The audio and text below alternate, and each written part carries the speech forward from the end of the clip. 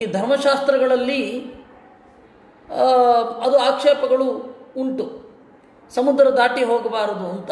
ಆ ಆಕ್ಷೇಪ ಯಾಕೆ ಇರೋದು ಅಂತಂದರೆ, ಆವಾಗ ಹಡಗಿನ ಮೂಲಕ ಒಂದು ಪ್ರದೇಶವನ್ನು ದಾಟಿ ಇನ್ನೊಂದು ಪ್ರದೇಶಕ್ಕೆ ಹೋಗಬೇಕಾದರೆ ಹಲವಾರು ತಿಂಗಳು ಬೇಕಿರ್ತಿತ್ತು.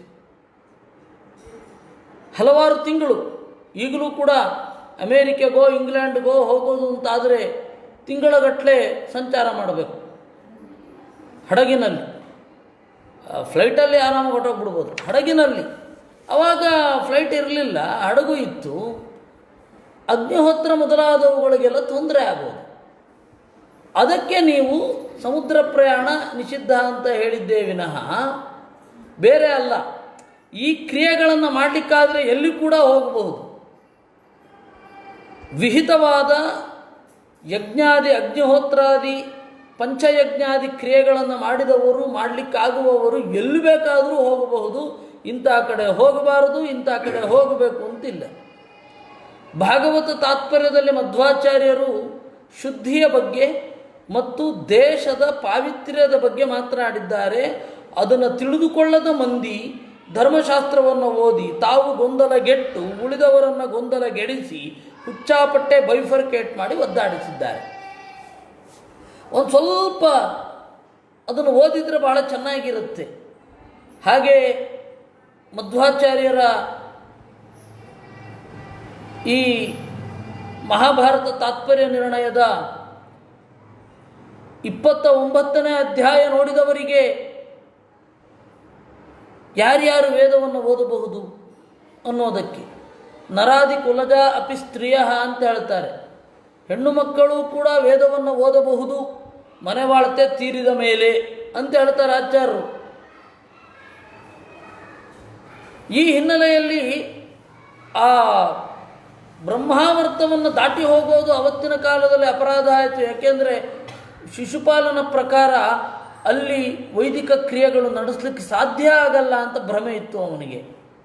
ಅದಕ್ಕೆ ಅವನು ಹೇಳ್ತಾನೆ, ಬಾಧಂತೆ ದಸ್ಯವ ಪ್ರಜಾಹ, ಇವರು ಕಳ್ಳರು, ದರೋಡೆಕೋರರು, ಡಕಾಯಿತರು, ಕೃಷ್ಣನ ಕಡೆಯವರು. ಸಮುದ್ರದ ಮಧ್ಯದಲ್ಲಿ ಇರೋದು, ಆಗಾಗ ಹೊರಗಡೆ ಬಂದು ನಮ್ಮನ್ನು ಕಾಡಿ ಮತ್ತೆ ಒಳಗಡೆ ಹೋಗೋದು. ನಾವು ಸಮುದ್ರದಲ್ಲಿ ಇರುವವರನ್ನು ಹೊಡಿಲಿಕ್ಕಾಗಲ್ವಲ್ಲ. ಅದಕ್ಕೆ ಡಕಾಯಿತರು ಅಂತಾನೆ ಕೃಷ್ಣನನ್ನು. ಅಂದರೆ ಅವತ್ತಿನ ಕಾಲದಲ್ಲಿ ಸಮುದ್ರದ ನಡುವೆ ಇರೋದಕ್ಕೆ, ಸಮುದ್ರದ ತೀರದಲ್ಲಿ ಇರಲಿಕ್ಕೆ ಇದ್ದ ನಿಷೇಧ, ಸಿಹಿ ನೀರು ಇರೋದಿಲ್ಲ, ಉಪ್ಪು ನೀರು ಇರುತ್ತೆ. ಯಾಗ ಯಜ್ಞಾದಿ ಕ್ರಿಯೆಗಳನ್ನು ಮಾಡಲಿಕ್ಕೆ ಅನುಕೂಲ ಆಗಲ್ಲ ಅಂತ.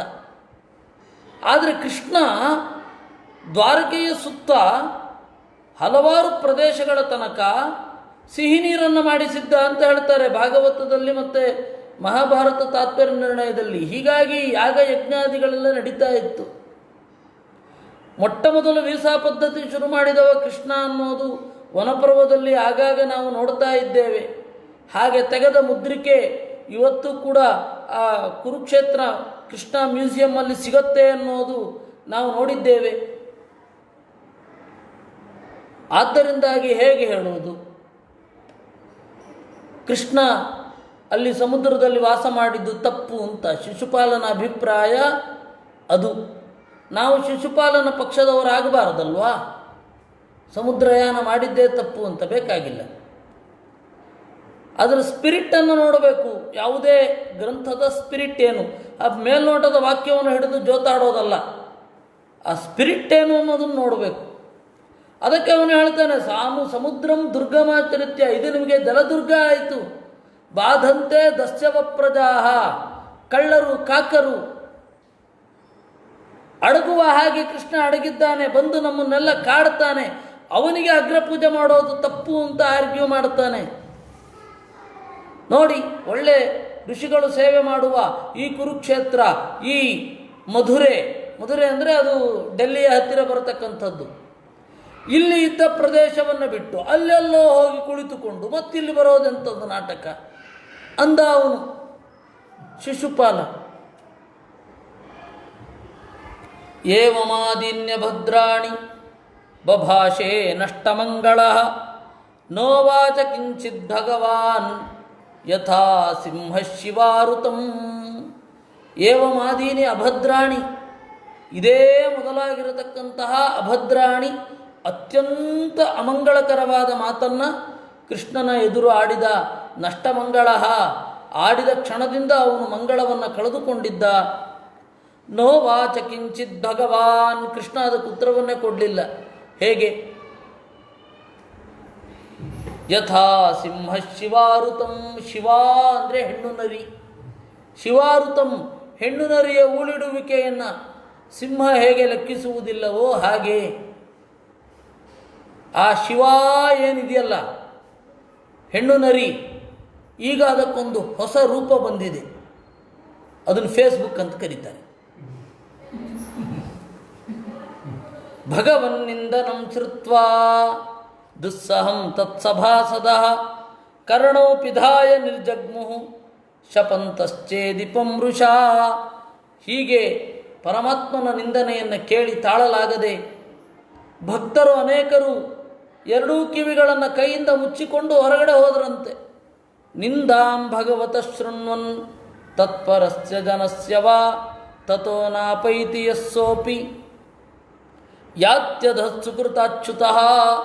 ದೇವರ ನಿಂದನೆಯನ್ನು ಮಾಡ್ತಾ ಇದ್ದರೆ ಅಲ್ಲಿಂದ ಹೊರಗಡೆ ಹೋಗಬೇಕು, ಪ್ರತಿಭಟಿಸುವ ಶಕ್ತಿ ಇಲ್ಲದಿದ್ದರೆ ಅಂತನ್ನೋದು ಇದರಿಂದ ಗೊತ್ತಾಗತ್ತೆ. ಪ್ರತಿಭಟಿಸುವ ಶಕ್ತಿ ಇದ್ದರೆ ಅಲ್ಲಿ ಪ್ರತಿಭಟನೆ ಮಾಡಬೇಕು. ತತಃ ಪಾಂಡುಸುತಾ ಕ್ರುದ್ಧಾ ಮತ್ಸ್ಯ ಕೈಕೇಯ ಸಂಜಯಾ ಉದಾಯುಧ ಸಮುತ್ತಸ್ಥು ಶಿಶುಪಾಲ ಜಿಘಾಂಸವಃ. ಅನೇಕ ಜನ ಶಿಶುಪಾಲನ ವಿರುದ್ಧ ಕತ್ತಿ ಹಿರಿದು ನಿಂತರಂತೆ. ತತಶ್ಚೈದ್ಯಸ್ತ್ವ ಸಂಭ್ರಾಂತೋ ಜಗೃಹೇ ಖಡ್ಗಚರ್ಮಣಿ ಭತ್ಸಯನ್ ಕೃಷ್ಣ ಪಕ್ಷೀಯಾನ್ ರಾಜ್ಞ ಸರಸಿ ಭಾರತ. ಕೂಡಲೇ ಕತ್ತಿ ಗುರಾಣಿಗಳನ್ನು ಹಿಡಿದು ಧುಮುಕಿದ ಅಂತೆ. ಶಿಶುಪಾಲ ಕೂಡ ಅವನಿಗೇನು ಭಯ ಆಗಲಿಲ್ಲ.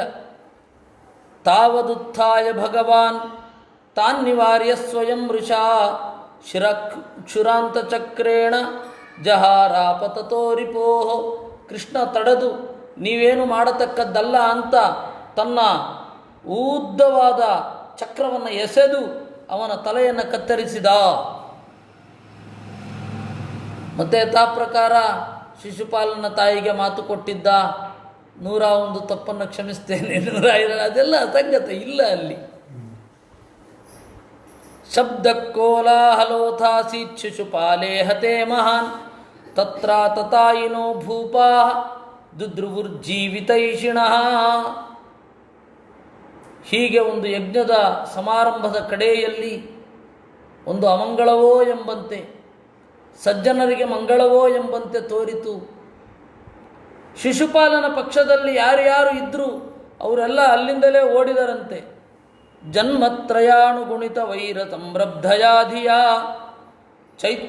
ಚೈದ್ಯದೇಹೋತ್ಥಿತಂ ಜ್ಯೋತಿ ವಾಸುದೇವಮುಪಾವಿಚತ್ ಪಶ್ಯತಾಂ ಸರ್ವಭೂತಾನಾಂ ಉಲ್ಕೇವ ಭುವಿ ಖಾಚ್ಯುತ. ಶಿಶುಪಾಲನ ದೇಹದಿಂದ ಜ್ಯೋತಿಯೊಂದು ಹೊರಟು ಕೃಷ್ಣನ ಹೃದಯವನ್ನು ಪ್ರವೇಶ ಮಾಡಿದ್ದನ್ನು ಎಲ್ಲರೂ ನೋಡಿದರು. ಜನ್ಮತ್ರಯಾನುಗುಣಿತ ವೈರ ಸಂರಬ್ಧಯಾಧಿಯ ಧ್ಯಾಯನ್ ಸ್ತನ್ಮಯತಾಂ ಯಾತೋ ಭಾವೋ ಹಿ ಭವಕಾರಣಂ. 3 ಜನ್ಮಗಳ ಅನುಸ್ಯೂತತೆಯಿಂದ ಹೊರಟ ದ್ವೇಷ. ಅವನು ಶಿಶುಪಾಲ ದ್ವಾರಪಾಲಕರಲ್ಲಿ ಒಬ್ಬ. ಶಿಶುಪಾಲ ಮತ್ತು ದಂತವಕ್ರ ಅವರಿಬ್ಬರು ಜಯ ಹಾಗೂ ವಿಜಯರು. ಸನಕ ಸನಂದನಾದಿಗಳನ್ನು ತಡೆದರು. ತಡೆದದ್ದು ಅಹಂಕಾರದಿಂದ, ನಾವು ದೇವರಿಗೆ ರಕ್ಷಣೆ ಕೊಡ್ತೇವೆ ಅಂತ. ಸನಕ ಸನಂದನಾದಿಗಳಿಗೆ ಅದಕ್ಕೆ ಸಿಟ್ಟು ಬಂತು. ನೀವೇನು ದೇವರಿಗೆ ರಕ್ಷಣೆ ಕೊಡೋದು? ಅದೆಲ್ಲ ಕೆಳಗಡೆ ಭೂಲೋಕದಲ್ಲಿ ತನ್ನ ರಕ್ಷಣೆ ಮಾಡಿಕೊಳ್ಳಿಕ್ಕೆ ಅಸಮರ್ಥನಾದವ ಕರಿಬೆಕ್ಕು ಬಿಳಿಬೆಕ್ಕುಗಳನ್ನು ಇಟ್ಕೊಳ್ತಾನೆ. ಅಂಥದ್ದು ಈ ಲೋಕದಲ್ಲಿಯೂ ಅದು ಬೇಕೇ? ಸೇವೆ ಮಾಡೋದು, ದ್ವಾರಪಾಲಕತನ ಅನ್ನೋದು ಒಂದು ವಿನಯದ ಸೂಚಕ ಆಗಬೇಕೇ ವಿನಃ ಅದು ಉತ್ಕಟವಾಗಿ ದೇವರನ್ನು ನಾನು ರಕ್ಷಣೆ ಮಾಡ್ತೇನೆ ಎನ್ನುವ ಭ್ರಮೆ ಕಾರಣ ಆಗಬಾರದು. ಆ ಭ್ರಮೆ ನಿಮಗೆ ಬಂದಿದೆ, ರಾಕ್ಷಸರಿಗೆ ಮಾತ್ರ ಬರುವ ಭ್ರಮೆ, ರಾಕ್ಷಸರಾಗಿ ಅಂತ ಶಾಪ ಕೊಟ್ಟರು. ಅವರಿಬ್ಬರು ಅವಾಗ ಅವಳಿಗಳಾಗಿ ಹುಟ್ಟಿದ್ರು ಮೊದಲು ಜನ್ಮದಲ್ಲಿ. ಹಿರಣ್ಯಕಶಿಪು ಮತ್ತು ಹಿರಣ್ಯಾಕ್ಷ ಅವಳಿಗಳು. ಆ ವರಾಹನನ್ನು ಮತ್ತು ನರಸಿಂಹನನ್ನು ನೋಡಿ ದೇವರು ಅಂದರೆ ಭೀಕರಾಕಾರ ಅಂತ ಯಾವಾಗ ಅರಿವಿಗೆ ಬಂತು, ಅವರು ಹಾಗೆ ಸತ್ತ ಮೇಲೆ ರಾವಣ ಕುಂಭಕರ್ಣರಾದಾಗ ಭೀಕರವಾದ ಮೋರೆ ಅವರು ನೋಡಲಿಕ್ಕಾಗ್ತಾ ಇರಲಿಲ್ಲಂತೆ. ರಾವಣ ಅವನ ಬಗ್ಗೆ ಬಹಳ ತಮಾಷೆಯಾಗಿ ವಾಲ್ಮೀಕಿಗಳು ಹೇಳಿದ್ದಾರೆ. ಶ್ಮಶಾನ ಚೈತ್ಯ ಪ್ರತಿಮಃ ಭೂಷಿತೋಪಿ ಭಯಂಕರ ಅಂತ. ಅವನು ಎಷ್ಟೇ ಅಲಂಕಾರ ಮಾಡಿಕೊಂಡ್ರೂ ಕೆಟ್ಟದಾಗೆ ಕಾಣ್ತಾ ಇದ್ದ. ಸ್ಮಶಾನದ ಭಾಗವನ್ನು ಅಲಂಕಾರ ಮಾಡಿದ್ರು ಅದು ಹೇಗೆ ಕೆಟ್ಟದಾಗಿ ಕಾಣುತ್ತೋ ಹಾಗೆ ಎಂದು ವಾಲ್ಮೀಕಿಗಳು. ಅಲ್ಲಿ ರಾಮನನ್ನು ನೋಡಿದ, ಓ ಚಲುವ ಅಂತ ಅಂದುಕೊಂಡು ಸತ್ತ. ಶಿಶುಪಾಲ ದಂತವಕ್ರರಾಗಿ ಹುಟ್ಟಿದರು. ಮೊದಲು ಅವಳಿಗಳಾಗಿ, ಆಮೇಲೆ ಒಂದೇ ತಾಯಿಯ ಮಕ್ಕಳಾಗಿ, ಆಮೇಲೆ ಕೃಷ್ಣಾವತಾರ ಕಾಲದಲ್ಲಿ ಇಬ್ಬರು ಕಸಿನ್ ಬ್ರದರ್ಸ್ ಆಗಿ ಹುಟ್ಟಿದ್ದು. ಚಿಕ್ಕಪ್ಪ ದೊಡ್ಡಪ್ಪನ ಮಕ್ಕಳಾಗಿ ಹುಟ್ಟಿದರು. ಇದನ್ನಿಟ್ಟುಕೊಂಡು ಆಚಾರ್ಯರು ಹೇಳಿದ್ದು, ವೇದವ್ಯಾಸರು ಹೇಳಿದ್ದು ಭಾವೋ ಹಿ ಭವ ಕಾರಣಂ ಅಂತ. ಸಾಯುವಾಗ ಹಿರಣ್ಯಾಕ್ಷ ಹಿರಣ್ಯಕಶಿಪುಗಳು ದೇವರನ್ನು ಭೀಕರ ಅಂತಂದುಕೊಂಡು ಸತ್ರು. ರಾವಣ ಕುಂಭಕರ್ಣರಾಗಿದ್ದಾಗ ಭೀಕರವಾದ ಮೋರೆ ಅವರದು. ಅವನು ಸಿಟ್ಟ ಬಂದಾಗ ಅವನ ಕಣ್ಣಿನಿಂದ ನೀರು ಬೀಳ್ತಿತ್ತಂತೆ. ರಾವಣನ ಕಣ್ಣಿನಿಂದ ಸಾರ್ಚಿಷಾ ಸ್ನೇಹಬಿಂದವಹ ಅಂತ ಹೇಳ್ತಾರೆ. ಬತ್ತಿಯಲ್ಲಿ ಎಣ್ಣೆ ಜಾಸ್ತಿ ಆದಾಗ ಬೆಂಕಿಯೇ ಉದುರಿದಂತೆ ಹೇಗೆ ಕಾಣ್ತದೆ ಆ ರೀತಿ ಕಾಣ್ತಾ ಇತ್ತು. ಸಿಟ್ಟು ಬಂದಾಗ ಅವನ ಕಣ್ಣಿನಿಂದ ನೀರು ಸುರಿದ್ರೆ ಅಂತ, ಅಷ್ಟು ಭೀಕರವಾಗಿ ಕಾಣ್ತಾ ಇದ್ದ. ರಾಮನನ್ನು ನೋಡಿದಾಗ ಓ ಚಲುವ ಅಂತ ಅನ್ನಿಸಿತು. ನಂತರ ರಾಜರ ರೂಪದಲ್ಲಿ ಶಿಶುಪಾಲ ದಂತವಕ್ರರು ತಕ್ಕಷ್ಟು ಚಲುವರಾಗಿಯೇ ಇದ್ದರು. ಶಿಶುಪಾಲನಾಗಿ ಸಾಯುವಾಗ ಅವನಿಗೇನನ್ನಿಸಿತು, ಓಹ್ ಇದು ದೇವರು ಅಂತ. ಅವಾಗ ಅದಕ್ಕೆ ಹೇಳಿದ್ರು ಭಾವೋ ಹಿ ಭವ ಕಾರಣಂ ಅಂತ. ಸಾಯುವಾಗ ಏನಂದುಕೊಂಡು ಸಾಯ್ತಾರೆ ಅದು ಮುಖ್ಯ ಆಗ್ತದೆ. ಸಾಯುವಾಗ ಏನಾಗುತ್ತೆ,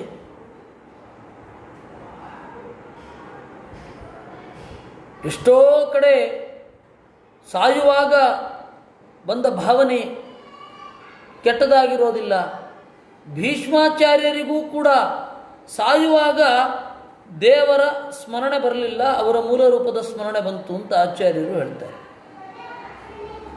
ಅದಕ್ಕೆ ತಕ್ಕ ಹಾಗೆ ಗೀತೆಯಲ್ಲಿ ಯಂ ವಾಪಿ ಸ್ಮರನ್ ಭಾವಂ ತ್ಯಜತ್ಯಂತೆ ಕಳೇಬರಂ ತಮೇವೇತಿ ಕೌಂತೆಯ ಅಂತ.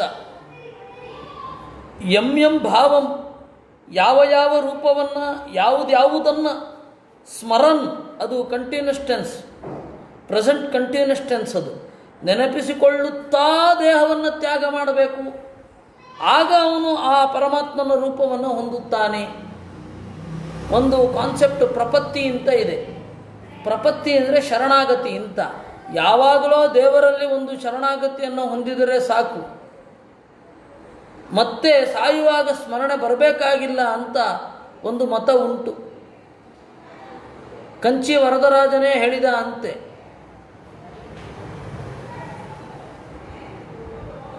ಪ್ರಪತ್ಯಾವೈ ಮಾಂ ಪ್ರಯಾತಿ ವಿನಾ ಸಾಪಿ ಸ್ಮೃತಿಂ ತಥಾ ಅಂತ. ವಿನಾ ಸಾಪಿ ಸ್ಮೃತಿಂ ಮೃತೌ.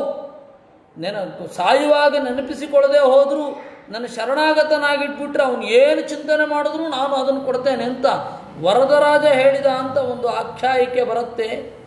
ಅದು ಗೀತೆಗೆ ವಿರುದ್ಧ ಆಗತ್ತೆ. ಹೀಗಾಗಿ ವರದರಾಜ ಹಾಗೆ ಹೇಳಿರಲಿಕ್ಕಿಲ್ಲ. ಅದರಿಂದಾಗಿ ನೆನಪಿಸಿಕೊಳ್ಳುತ್ತಾ ತ್ಯಾಗ ಮಾಡಬೇಕು ದೇಹವನ್ನು. ಯಾವಾಗಲೋ ನೆನಪಿಸಿಕೊಂಡೇ ಇನ್ಯಾವಾಗಲೋ ತ್ಯಾಗ ಮಾಡಿದೆ ಅಂತ ಆಗೋಲ್ಲ. ಅದಕ್ಕೆ ಸ್ಪಷ್ಟ ನಿದರ್ಶನ ಶಿಶುಪಾಲನ ಮರಣ ಮತ್ತು ಕೃಷ್ಣನ ವ್ಯಾಖ್ಯಾನ. ಅದಕ್ಕೆ ಭಾವೋ ಹಿ ಭವ ಕಾರಣಂ ಅಂದರು. ವರ್ಣಿತಂ ತದುಪಾಖ್ಯಾನಂ ಮಯಾತೆ ಬಹುವಿಸ್ತರಂ ವೈಕುಂಠವಾಸಿನೋರ್ಜನ್ಮ ವಿಪ್ರಶಾಪಾತ್ ಪುನಃ ಪುನಃ, ನಾನು ಆ ಕಥೆಯನ್ನು ಹೇಳಿದ್ದೇನಲ್ವಾ ಅಂತ. ಅದು ರಾಜಸೂಯ ಯಾಗದ ಕಡೆಯಲ್ಲೇ ಹೇಳಿದ್ದು. ಅದರ ಹಿಂದನ ಜನ್ಮದ ವಿಸ್ತಾರವಾಗಿ ಹೇಳಿದ್ದನ್ನು ಸಪ್ತಮ ಸ್ಕಂದದಲ್ಲಿ ಹೇಳಿದರು. ಅದೇ ಭಾಗವನ್ನು ಇಲ್ಲೇ ಹೇಳಬೇಕಾದ್ರೆ ಅವರು ಆ ರೀತಿ ವಿಸ್ತಾರವಾಗಿ ಹೇಳಲಿಲ್ಲ. ವೇದವ್ಯಾಸನ ಮರ್ಜಿ. ಕಥೆ ಹೇಳುವವರ ಅವರ ಹಕ್ಕು. ಹಿಂದೆ ಮುಂದೆ ಆಚೆ ಈಚೆ ಮೇಲೆ ಕೆಳಗಡೆ ಕಥೆಯನ್ನು ಹೆಂಗೆ ಬೇಕಾದರೂ ಓಡಾಡಿಸ್ಬಹುದು. ನಮಗೆ ಗೊತ್ತಿರಬೇಕು ಅದರ ಕ್ರಮ ಏನು ಅಂತ. ಅದರ ಕ್ರಮ ಏನು ಅಂತ ನಾವು ನೋಡ್ಕೋಬೇಕು. ವೇದವ್ಯಾಸರು ಆ ರೀತಿ ಯಾಕೆ ಹೇಳಿದ್ರು ಅಂತ ಅನ್ಬಾರದು. ಅದು ಅವರಿಚ್ಛೆ, ಪ್ರತಿಯೊಬ್ಬ ಹೇಳುಗನ ಇಚ್ಛೆ. ಕಥೆಯನ್ನು ನಾವು ಹೇಳಬೇಕಾದರೂ ನೇರವಾಗಿ ಹೇಳಲಿಕ್ಕಾಗೋಲ್ಲ, ನೇರವಾಗಿ ಹೇಳೋಲ್ಲ. ನಾನು ನನ್ನ ಕಥೆಯನ್ನು ನಿಮ್ಮ ಮುಂದೆ ಚಿಕ್ಕಂದಿನಿಂದ ನಾನೇನು ಅನುಭವಿಸಿದೆ ಅಂತ ಹೇಳಲಿಕ್ಕೆ ಹೊರಡ್ತೇನೆ ಅಂತ ಇಟ್ಕೊಳ್ಳಿ. 10ನೇ ವಯಸ್ಸಿನಿಂದ 20ಕ್ಕೆ ಹಾರ್ತೇನೆ, 20ರಿಂದ ಮತ್ತೆ ವಾಪಸ್ಸು 15ಕ್ಕೆ ಬರ್ತೇನೆ. ಅದು ನನ್ನ ಇಷ್ಟ. ಮತ್ತು ಆ ರೀತಿ ಆಗತ್ತೆ. ಆವಾಗ ನಾವೇನೋ ಅಂದುಕೊಂಡಿದ್ದೆವು, ಆಮೇಲೆ ಕಾಲಾಂತರದಲ್ಲಿ ಸತ್ಯ ಆಯಿತು, ಆಮೇಲೆ ಮತ್ತೆ ವಾಪಸ್ ಬರ್ತೇವೆ ಅಲ್ವಾ? ಅದಕ್ಕೆ ವರ್ಣಿತಂ ತದುಪಾಖ್ಯಾನಂ, ನಾನಾಗಲೇ ಹೇಳ್ಬಿಟ್ಟಿದ್ದೀನಲ್ಲ, ಅರ್ಥ ಮಾಡ್ಕೋ ಅಂತ. ಯಾರು ಹೇಳೋದು? ಶುಕಾಚಾರ್ಯರು ಇವನಿಗೆ ಹೇಳೋದು, ಪರೀಕ್ಷಿತನಿಗೆ. ಆ ಸಂದರ್ಭದಲ್ಲಿ ಏನು ನಾರದರು ಮತ್ತು ಧರ್ಮರಾಜನ ಮಾತುಕತೆ ನಡೆಯಿತು, ಅದನ್ನು ನಾವು ಈ ಹಿಂದೆ ಸ್ವಲ್ಪ ಹಿಂದೆ ನೋಡಿದ್ದೇವೆ. ಅದು 7 ದಿವಸದಲ್ಲಿ ಹಗಲು ರಾತ್ರಿಗಳ ಕುಳಿತು ಕಥೆ ಹೇಳಿದ್ದು. ಒಮ್ಮೊಮ್ಮೆ ಆ ಶ್ಲೋಕದ ಹಿಂದೆ ಮುಂದೆಯನ್ನು ಗಾಢವಾಗಿ ಚಿಂತನೆ ಮಾಡಿದಾಗ ಪ್ರಾಯ ಇದು ಯಾವ ಕಾಲದಲ್ಲಿ ಹೇಳಿರಬಹುದು ಅಂತ ಅನಿಸುತ್ತೆ. ಸಂಜೆ ಆಗ್ತಾ ಇರಬೇಕಾದ್ರೆ ಇಳಿ ಸಂಜೆಯನ್ನು ಕುರಿತಾಗ ಹೇಳಿದ್ದ. ಅದು ಸುಮಾರು 7 ದಿವಸ ಅಂತ ಹೇಳೋದು 5.5 ದಿವಸ ಹೇಳಿದ್ದು. 3/4ನೇ ದಿವಸದಿಂದ ಶುರು. ಅದು ಬೆಳಗ್ಗೆ ಗೊತ್ತಾಯಿತು. ಅವನೆಲ್ಲವನ್ನು ತೊರೆದು ಕುಳಿತ. ಋಷಿಗಳು ಬಂದರು. ಶುಕಾಚಾರ್ಯರು ಬರಬೇಕಾದ್ರೆ ಒಂದು 3 ಗಂಟೆ 4:15 ಆಗಿತ್ತು. ಅದಾದ ಮೇಲೆ ಅದಕ್ಕಿಂತ ಸ್ವಲ್ಪ ಒಂದು ಟೈಮನ್ನು ಕೊಡಬೇಕು. ಒಂಟಿ ಕಂಬದ ಮೇಲ್ಮನೆ ಒಂದನ್ನು ಮಾಡಿದರಂತೆ. ಎಷ್ಟೇ ಬೇಗ ಅಂತಂದರೂ ಒಂದು 5 ಗಂಟೆ ಬೇಡವಾ ಅದನ್ನು ಮಾಡಲಿಕ್ಕೆ. ಆಮೇಲೆ ಮೇಲ್ಗಡೆ ಕುಳಿತಿದ್ದು ಅಂತ ಹೇಳ್ತಾರೆ. ಅಂದರೆ ಸುಮಾರು 1ನೇ ದಿವಸದ 3/4ನೇ ಭಾಗದಿಂದ ಭಾಗವತ ಶುರು ಮಾಡಿದ್ದು. ಹಗಲು ರಾತ್ರಿ ಊಟ ತಿಂಡಿ ಇಲ್ಲದೆ ಹೇಳ್ತಾ ಇದ್ದರು. ಸುಮಾರು 6.5 ದಿವಸಕ್ಕೆ ಅದು ಮುಗೀತು, ಭಾಗವತ ಮುಗೀತು. 6ನೇ 3/4ನೇ ದಿವಸ ಅಂದರೆ 7ನೇ ದಿವಸ ಆಗಬೇಕಾದ್ರೆ ಅವನು ಇನ್ನು ಯಾಕೆ ಬಂದಿಲ್ಲ ತಕ್ಷಕ ಅಂತ ಹೇಳ್ತಾ ಅಲ್ಲಿ ಕಂಡ ಒಂದು ಹುಳವನ್ನು ತನ್ನ ಕತ್ತಿನಲ್ಲಿ ಇಟ್ಟುಕೊಂಡ. ಅದು ಜನರಿಗೆ ಕಂಡದ್ದು ಹಾಗೆ, ಅದು ದರ್ಶನ. ಅದು ಮಹಾಭಾರತ ಹೇಳಿತು. ಒಳಗಡೆ ಅವನ ಜೈವಿಕದ ಪ್ರಕ್ರಿಯೆ ಏನಿದೆ, ಜೀವದ ಬೆಳವಣಿಗೆ, ಅದನ್ನು ಭಾಗವತ ಹೇಳಿತು. ಅದರಿಂದಾಗಿ ಭಾಗವತಕ್ಕೂ ಭಾರತಕ್ಕೂ ವಿರೋಧ ಇಲ್ಲ. ಭಾರತದಲ್ಲಿ ಎಲ್ಲ ಮಂತ್ರಿಗಳನ್ನು ಕರೆದು ಕೇಳ್ತಾನೆ ಜನಮೇಜಯ, ಏನಾಯಿತು, ನಮ್ಮಪ್ಪ ಹೇಗೆ ಸತ್ತ ಹೇಳಿ, ನಮ್ಮಪ್ಪ ಸತ್ತಾಗ ನಾನು ಇರಲಿಲ್ಲ, ಹೇಗೆ ಸತ್ತ ಹೇಳಿ ಅಂತಂದಾಗ ಅವರು ಹೇಳ್ತಾರೆ 7ನೇ ದಿವಸ ಆಯಿತು. 7ನೇ ದಿವಸ ಆದಮೇಲೆ ಇನ್ನೂ ತಕ್ಷಕ ಬಂದಿಲ್ಲ ಅಂದಾಗ ಕೆಲವು ನಾಗರು ಬ್ರಾಹ್ಮಣ ವೇಷವನ್ನು ಧರಿಸಿ ಬಂದರು. ಕೈಯಲ್ಲಿ ಹಣ್ಣಿನ ಬುಟ್ಟಿ ಇತ್ತು. ಬ್ರಾಹ್ಮಣರು ಯಾರೋ ನೋಡ್ಲಿಕ್ಕೆ ಬಂದಿದ್ದಾರೆ ಅಂದಾಗ ಆಯಿತು ಬರಲಿ ಇಂದ ಪರೀಕ್ಷಿತ. ಅಲ್ಲಿ ಒಂದು ಹಣ್ಣಿನಲ್ಲಿ ಒಂದು ಪುಟ್ಟ ಹುಳು ಓಡಾಡ್ತಾ ಇತ್ತಂತ, ಅದೇ ತಕ್ಷಕ. ಇವನೇನು ಮಾಡಿದ, ಇನ್ನೂ ತಕ್ಷಕ ಬಂದಿಲ್ಲ, ಈ ತಕ್ಷಕನೇ ನನ್ನನ್ನು ಸಾಯಿಸಲಿ, ಇವನೇ ತಕ್ಷಕ ಆಗಲಿ ಅಂತ ಹೇಳಿ ಆ ಕ್ರಿಮಿಯನ್ನು ಕತ್ತಿನ ಮೇಲೆ ಇಟ್ಟುಕೊಂಡ. ಕೂಡಲೇ ತಕ್ಷಕ ಹಿರಿದಾದ ರೂಪವನ್ನು ತಳೆದು ಅವನನ್ನು ಸುತ್ತಿ ಕಚ್ಚಿ ಸಾಯಿಸಿದ. ಇದು ಯಾವ ಕಥೆ? ಮಹಾಭಾರತದ ಕಥೆ. ಭಾಗವತದಲ್ಲಿ ದೇವರ ಚಿಂತನೆ ಮಾಡ್ತಾ ಭೇಜೆ ಖಗೇಂದ್ರ ಧ್ವಜಪಾದ ಮೂಲಂ ಅಂತಾರೆ.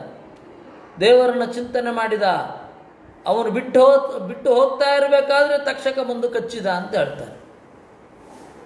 ಆಮೇಲೆ ಸರ್ಪಯಾಗಕ್ಕೆ ಕಾರಣ ಆಯಿತು. ಏನು ಮಾಡ್ತೀರಾ? ಒಂದು ದರ್ಶನ ಮಂತ್ರಿಗಳಿಗೆ ಕಂಡದ್ದು ಅಷ್ಟು ಹೊರಗಡೆಯಿಂದ, ಒಳಗಡೆ ಇದ್ದದ್ದು ಹಾಗೆ. ಕಂಡದ್ದನ್ನು ಮಹಾಭಾರತದಲ್ಲಿ ಬರೆದರು ವೇದವ್ಯಾಸರು, ಇದ್ದದ್ದನ್ನು ಭಾಗವತದಲ್ಲಿ ಬರೆದರು. ಇದ್ದದ್ದು, ಕಂಡದ್ದು, ಮುಚ್ಚಿಟ್ಟದ್ದು, 3 ತರಹ ಇರ್ತದೆ. ದರ್ಶನ ಅಂದರೆ ಕಂಡಂತೆ ಹೇಳೋದು, ಸಮಾಧಿ ಅಂದರೆ ಇದ್ದಂತೆ ಹೇಳೋದು, ಗುಹ್ಯ ಅಂದರೆ ಮುಚ್ಚಿಟ್ಟು ಹೇಳೋದು. ಹಾಗಾಯ್ತಿದು. ತಥಾಚ ಅವನು ಪರೀಕ್ಷಿತ್ ರಾಜನಿಗೆ ಹೇಳಿದ್ದು, ಹಗಲು ರಾತ್ರಿ ಅವನು ಕೇಳಿದ್ದು. ಪ್ರಾಯ ಇದು 4ನೇ ದಿವಸ ಮುಗಿದು 5ನೇ ದಿವಸ ಶುರು ಆಗ್ತಾ ಇತ್ತೋ ಏನು.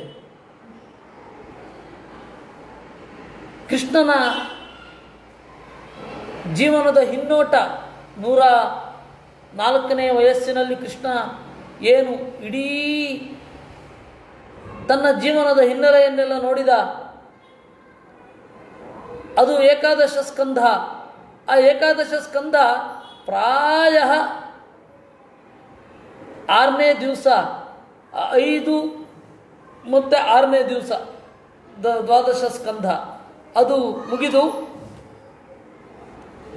6ನೇ ದಿವಸ ಮಧ್ಯಾಹ್ನದಲ್ಲಿ ದ್ವಾದಶ ಸ್ಕಂಧ ಮುಗಿದಿರಬೇಕು. ಯಾಕೆಂದರೆ ಆ ಶ್ಲೋಕಗಳ ಛಾಯೆ ಇತ್ಯಾದಿಗಳನ್ನೆಲ್ಲ ನೋಡಬೇಕಾದ್ರೆ ಹಾಗನ್ಸತ್ತೆ. ಆದರೆ ಒಂದು ಮಾತ್ರ, ಅವರು 7 ದಿವಸ ನೋಡಿದ್ರು ಅಂತ ನಾವು 7 ದಿವಸ ಬೇಕಿಲ್ಲ. ಅದನ್ನು ಒಂದೊಂದೇ ಶ್ಲೋಕ ನೋಡೋದು ಒಳ್ಳೆಯದು. ಏಕೆಂದರೆ ಅವನು ಹಗಲು ರಾತ್ರಿ ಊಟ ತಿಂಡಿಗಳನ್ನು ಬಿಟ್ಟು ಎಲ್ಲವನ್ನು ತೊರೆದು ಹೇಳಿದ್ದು. ನಮಗೆ ಆ ಸಾಮರ್ಥ್ಯ ಇಲ್ಲ. ಲೌಕಿಕದ ನಡುವೆ ಒಂದು ಕೇಳ್ತಾ ಇದ್ದೇವೆ, 1 ಗಂಟೆಯೋ 2 ಗಂಟೆಯೋ, ಸಾಧ್ಯ ಆದರೆ 3 ಗಂಟೆಯೋ 4 ಗಂಟೆಯೋ ಕೇಳ್ತೇವೆ. ಅದು ಓದಬಹುದು. ಹೇಳಲಿಕ್ಕೆ ಹೋದರೆ 1 ಗಂಟೆ. ಅದರಿಂದಾಗಿ ನಾವು 7 ಗಂಟೆ ಅನ್ನೋದಕ್ಕಿಂತ ನಾವು 7 ದಿವಸ ಅಂತಂದರೆ 7 ಗಂಟೆ ಎಲ್ಲಿಗೆ ಸಾಕದು? ಭಾಗವತದ ಎಷ್ಟು ಆಯಾಮಗಳನ್ನು ಕವರ್ ಮಾಡಲಿಕ್ಕಾಗ್ತದೆ. ಅದರಿಂದಾಗಿ ಶ್ಲೋಕ ಕೇಳೋದು ಬಹಳ ಒಳ್ಳೆಯದು. ತಥಾಚ ಸುಮಾರು 5ನೇ ದಿವಸ ಇದನ್ನು ಕೇಳಿರಬೇಕು, ದಶಮ ಸ್ಕಂದವನ್ನು. ಇದು ಘಟನೆ ಆಗಿದ್ದು ಪ್ರಾಯ 3ನೇ ದಿವಸದಲ್ಲಿ ಹೇಳಿರಬೇಕು. ನಾನು ಅವಾಗ ಹೇಳಿದ್ದೇನಲ್ಲ ಅಂತ, ನರಸಿಂಹನ ಕಥೆಯನ್ನು ಅದಕ್ಕೆ ಪೂರಕವಾಗಿ ಹೇಳಿದ್ದೇನಲ್ಲ. ಅದನ್ನು ಅಲ್ಲಿ ತಿಳಿದುಕೊಳ್ಳತಕ್ಕದ್ದು. ಆಮೇಲೆ ಯಾಗ ಮುಂದುವರಿದು ಸಾಧಯಿತ್ವಾ ಕ್ರತುಂ ರಾಜ್ಞಃ ಕೃಷ್ಣೋ ಯೋಗೇಶ್ವರೇಶ್ವರ ಹತ್ವಾ ಚಚೇದಿಪಂ ತತ್ರ ವಿಜಹಾರ ಯಥಾ ಸುಖಂ. ಎಲ್ಲರಿಗೂ ಹಣವನ್ನು ಇತ್ತು, ಸಲ್ಲಿಸಬೇಕಾದ ಸನ್ಮಾನವನ್ನೆಲ್ಲ ಮಾಡಿ ಅವರನ್ನು ಗೌರವಿಸಿ ಕಳುಹಿಸಿದ. ರಾಜಸೂಯಾವಭೃಚ್ಛೇನ ಸ್ನಾತೋ ರಾಜ ಯುಧಿಷ್ಠಿರ ಬ್ರಹ್ಮಕ್ಷತ್ರ ಸಭಾ ಮಧ್ಯೆ ಶುಶುಭೆ ಸುರರಾಡಿವಾ. ಆಮೇಲೆ ಯಜ್ಞದ ಗೌಜಿಯೆಲ್ಲ ಮುಗಿದ ಮೇಲೆ ಕಟುವಾದ ಧರ್ಮದ ವ್ರತವನ್ನೆಲ್ಲ ಮುಗಿಸಿ ನಿರಾತಂಕದಿಂದ ನಿರುಂಬಳನಾಗಿ ಮಾಡಬೇಕಾದ ಕೆಲಸವನ್ನೆಲ್ಲ ಮುಗಿಸಿ ಸಭೆಯೊಳಗಡೆ ಕೂತ. ಊರ ಹೊರಗಡೆಯಿಂದ ಒಳಗಡೆ ಬಂದು ಸಭೆಯೊಳಗಡೆ ಕೂತ. ಕೃಷ್ಣನನ್ನು ಆ ಯಜ್ಞವನ್ನು ಹೊಗಳ್ತಾ ಎಲ್ಲ ರಾಜರು ಕೂಡ ಅವರವರು ಮನೆಗೆ ಹೋದ್ರಂತೆ. ಯ ಇದಂ ಕೀರ್ತಯೇದ್ವಿಷ್ಣೋ ಕರ್ಮ ಚೈದ್ಯವಧಾಧಿಕಂ ರಾಜ್ಞಾಂ ಮೋಕ್ಷ ವಿಧಾನಂಚ ಸರ್ವ ಪಾಪೈ ಪ್ರಮುಚ್ಯತೆ. ಯಾರು ಈ ಕೃಷ್ಣನ ಕಥೆಯನ್ನು ಕೇಳ್ತಾರೆ, ಶಿಶುಪಾಲನ ವಧೆ ಎಲ್ಲ ರಾಜರನ್ನು ಬಿಡುಗಡೆ ಮಾಡಿದ್ದು, ಅದನ್ನು ಯಾರು ಕೇಳ್ತಾರೆ ಅವರು ಪಾಪಗಳಿಂದ ಬಿಡುಗಡೆ ಹೊಂದುತ್ತಾರೆ. ಪಾಪಗಳಿಂದ ಬಿಡುಗಡೆ ಹೊಂದೋದು ಅಂತಂದರೆ ಶಾಸ್ತ್ರವನ್ನು ಕೇಳುವ ಅಂತ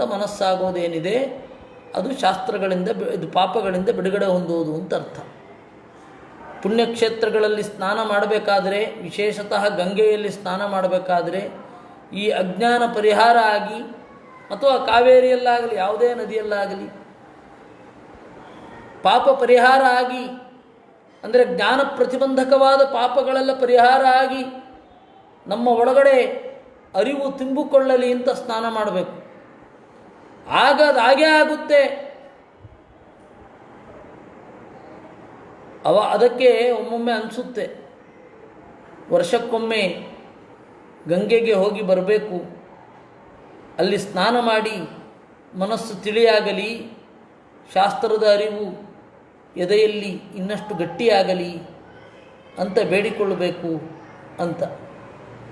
ಹಾಗೆ ಪ್ರತಿ ವರ್ಷ ಹೋಗುವಂತೆ ದೇವರು ಮಾಡಿಸ್ಬೇಕು.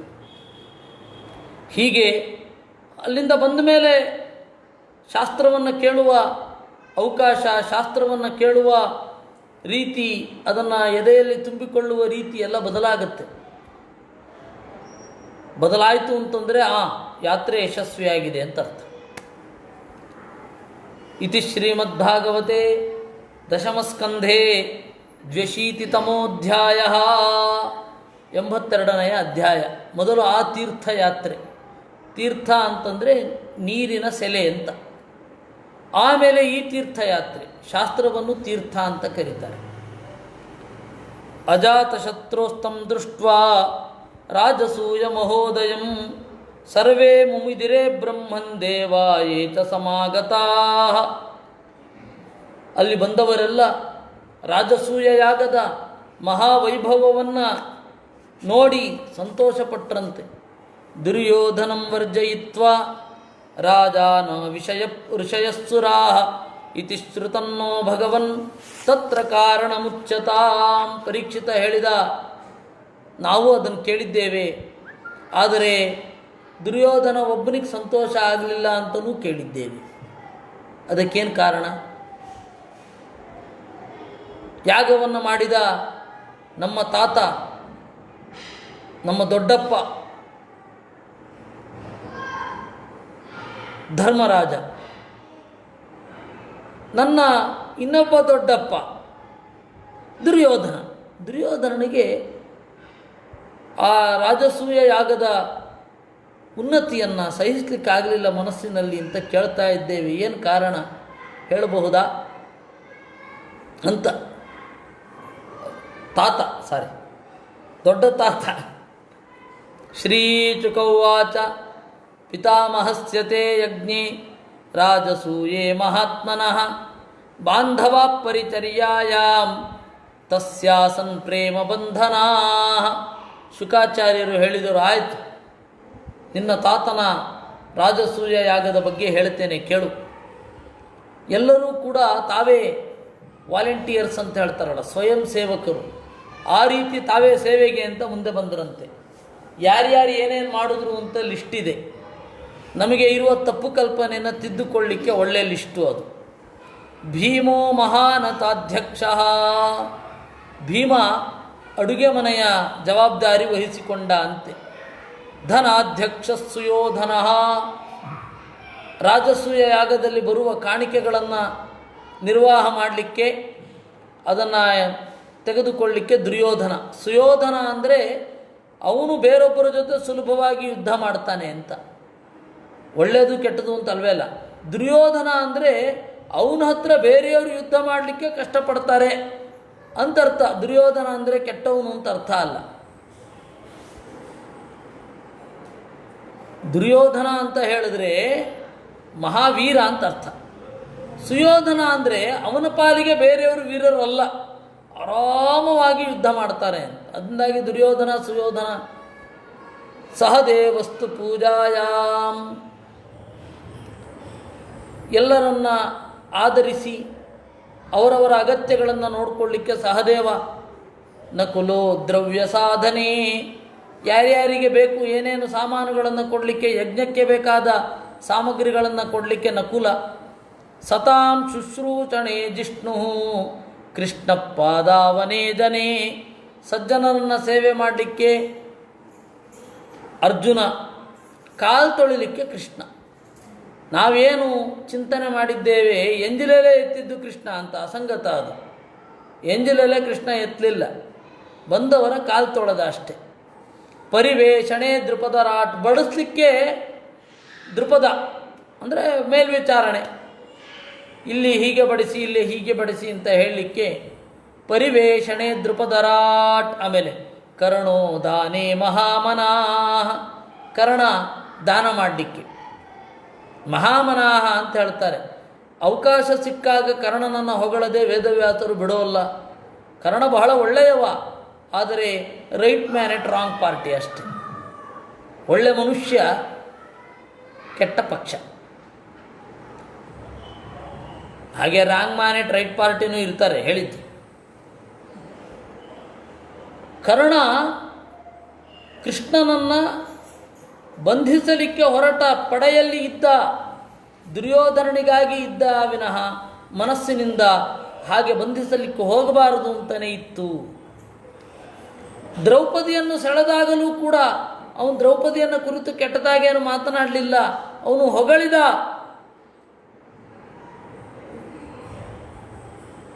ದ್ರೌಪದಿ, ಮುಳುಗುವ ನಿನ್ನ ಗಂಡಂದರಿಗೆ ನಾವೇ ಯಾದೆ ಎಂದ. ಹೊಗಳುತ್ತಾನೆ. ದ್ರೌಪದಿಯನ್ನು ಯಾವತ್ತೂ ಕೂಡ ಕೃಷ್ಣ ಬೈದಿಲ್ಲ, ಕರ್ಣ ಬೈದಿಲ್ಲ, ಹೊಗಳಿದ್ದಾನೆ. ಅವನ ಆ ಒಳಗಡೆಯ ಎತ್ತರವನ್ನು ಗುರುತಿಸಿ ವೇದವ್ಯಾಸರು ಹೇಳಿದ್ರು ಮಹಾಮನಾಹ ಅಂತ. ಯಾಕೆ ಬರಲಿಲ್ಲ ಪಾಂಡವರ ಕಡೆಗೆ? ಬರಲಿಲ್ಲ. ಒಂದು ಪರಮೋಚ್ಚ ಕಾರಣ ದೈತ್ಯಾವೇಶ. ಎರಡನೆಯದ್ದು ಲೌಕಿಕವಾಗಿ ನೋಡೋದಾದರೆ ಇಷ್ಟೆಲ್ಲ ಹೆಗ್ಗಳಿಕೆಗಳನ್ನು ದುರ್ಯೋಧನ ಕೊಟ್ಟಿದ್ದಾನೆ, ಆ ಧಣಿಯನ್ನು ಹೇಗೆ ಬಿಟ್ಟು ಬರಲಿ ಅಂತನ್ನುವ ನಿಯತ್ತಿನ ಸೇವಕ ನುಡಿಯುವಂತಹ ಮಾತು. ಅವರಿಬ್ಬರು ಯಾವತ್ತೂ ಮಿತ್ರರಾಗಿ ಇರಲಿಲ್ಲ. ಈ ಕನ್ನಡದ ಕವಿಗಳೆಲ್ಲ ಅವ್ರನ್ನ ಮಿತ್ರರನ್ನಾಗಿ ಮಾಡಿಬಿಟ್ರು. ಮಿತ್ರರಲ್ಲ. ಇಂಗ್ಲೀಷಿನಲ್ಲಿ ಬಹಳ ಜನ ಅನುವಾದ ಮಾಡಿದ್ದಾರೆ ಮಹಾಭಾರತದ ಭಾಗಗಳನ್ನು. ಅದರಲ್ಲಿ ಒಬ್ಬ ಹೇಳ್ತಾನೆ, ನನಗೂ ಯಾವತ್ತೂ ಅನ್ನಿಸಿಲ್ಲ ಅಂತ. ಅವರಿಬ್ಬರು ಮಿತ್ರರು ಅಂತ ಅನ್ನಿಸಿಲ್ಲ. ಈ ಹಿನ್ನೆಲೆಯಲ್ಲಿ ಮಹಾಮನಾಹ ಕರ್ಣ ದಾನೆ, ಉದಾರ, ಲೈಫಿನಲ್ಲಿ ಒಂದು ಡಿಗ್ನಿಟಿ ಇತ್ತು ಕರ್ಣನಿಗೆ. ಅವನನ್ನು ದಾನಕ್ಕೆ ನಿಯಮಿಸಿದರಂತೆ. ಯುಯುಧಾನೋ ವಿಕರ್ಣಶ್ಚ ಹಾರ್ದಿಕ್ಯೋ ವಿದುರಾದಯ ಬಾಹ್ಲೀಕಪುತ್ರ ಭೂರ್ಯಾದ್ಯಾ ಯೇ ಚ ಸಂತರ್ಧನಾದಯ. ಇನ್ನೂ ಬೇಕಾದಷ್ಟು ಮಹಾತ್ಮರಿದ್ದರು. ಎಲ್ಲ ಭೂಮಿಯಲ್ಲಿರುವ ಸಜ್ಜನರೆಲ್ಲ ಬಂದಿದ್ದರಂತೆ.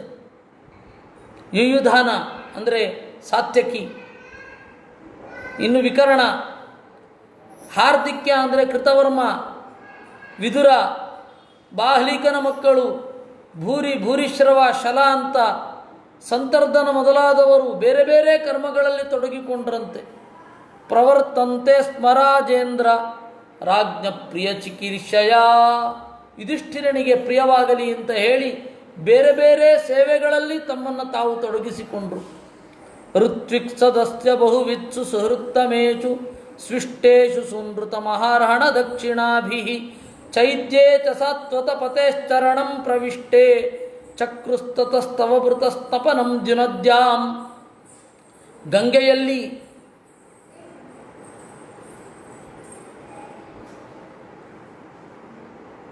ಧರ್ಮರಾಜನ ಜೊತೆಗೆ ಎಲ್ಲರೂ ಅವಭೃತ ಸ್ನಾನ ಮಾಡಿದರಂತೆ.